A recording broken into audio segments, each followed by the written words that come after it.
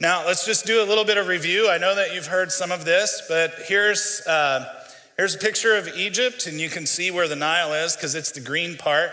Here it is with some modern sites listed. And the bottom line here is that without the Nile doing its thing, you don't eat in ancient Egypt. The Nile would flood every year. And as those floodwaters would recede, the farmers would come along and plant behind that, and that's how the moisture and the good soil would be provided via the annual inundation of the Nile every year. And if that didn't happen, Egypt would not eat. There's no rain in Egypt. So you can imagine that ancient Egypt, with its dependent on the Nile for its provision of food, the Nile was a really big deal. And whatever God was in control of the Nile was a God that the people were very keen to please.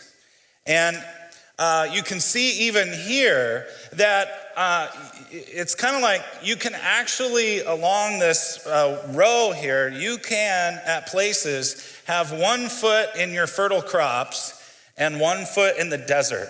That is the significance of the impact of the annual flood in ancient Egypt. And it turns out that the deity who controlled the Nile was the deity whose name was Hapy.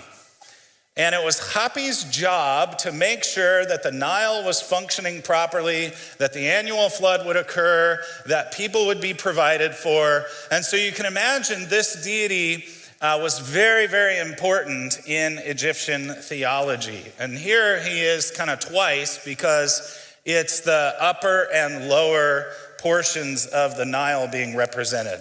And here he is, he's blue because he's represented by the Nile, but also he's holding a pretty awesome tray of food, breads and fruit. And the whole idea is that without this deity, we don't survive.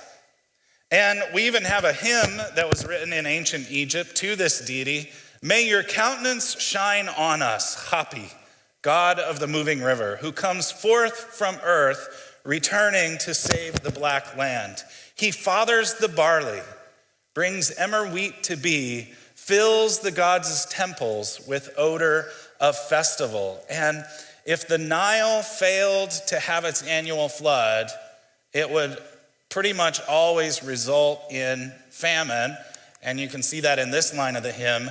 But let him be backward, then breathing falters, all faces grow fierce with privation. So the deity Hapy and his control over the river, it's a big deal for ancient Egypt.